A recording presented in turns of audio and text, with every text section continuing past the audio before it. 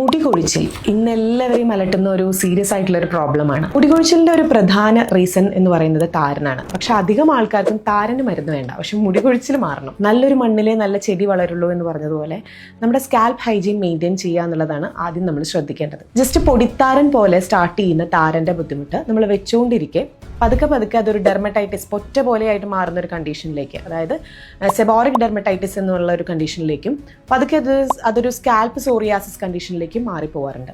അപ്പോൾ നമ്മളത് തലയോട്ടിയിൽ ജസ്റ്റ് പൊറ്റ പോലെ കാണുന്നു എന്നുള്ളത് മാത്രം നോക്കണ്ട, മുടി മാറ്റി നോക്കുമ്പോഴാണ് സീരിയസ് ആയിട്ട് ഉള്ളിലുള്ള പ്രോബ്ലം എന്താണെന്നുള്ളത് നമുക്ക് മനസ്സിലാക്കാൻ പറ്റും.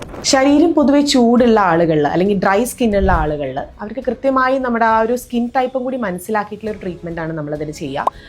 ഡീടോക്സിഫൈ ചെയ്യുക. അതുപോലെ തന്നെ ഈ പിത്തം എന്ന് പറയുന്ന ദോഷം കൂടുതലായിട്ട് ഉണ്ടാകുമ്പോഴാണ് ഇത്തരത്തിലുള്ള കണ്ടീഷൻസ് ഉണ്ടാവുക എന്നാണ് ആയുർവേദം വിശ്വസിക്കുന്നത്. അപ്പം നമ്മൾ അതിന് നോർമലൈസ് ചെയ്യാൻ വേണ്ടിയിട്ടുള്ള മരുന്നുകളൊക്കെ കൊടുക്കുക. ഈ രീതിയിലുള്ള ചികിത്സാ മാർഗ്ഗങ്ങളാണ് ആയുർവേദത്തിൽ സാധാരണ നമ്മൾ ചെയ്യാറ്.